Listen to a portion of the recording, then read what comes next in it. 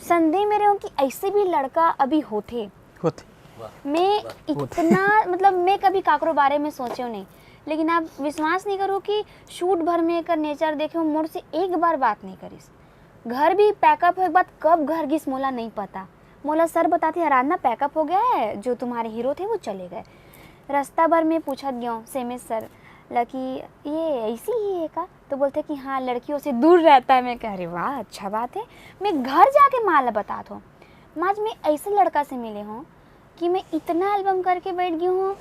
हमेशा मोर से हीरो मन पहले से बात करते, आज पहली बार हुई से कि मैं काकरो वेट कर रही हूँ कि मोर से बात करी, लेकिन वो चले गए माँ मोर से बात ही नहीं करी से।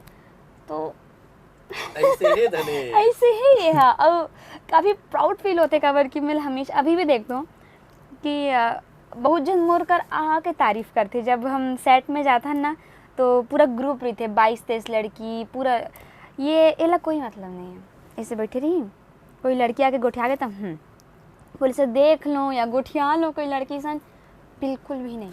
जैसे कोई लड़का मन मतलब कोई ला भी इसे नहीं बोलो, बट होते ना कि सामने सामने से बात करना, मोला खुद ऐसी मिले ज़बरदस्ती फ्लर्ट करना, मैसेज करना, कॉल करना, बट एला मैं वो टाइम से मैं अभी तक देखा था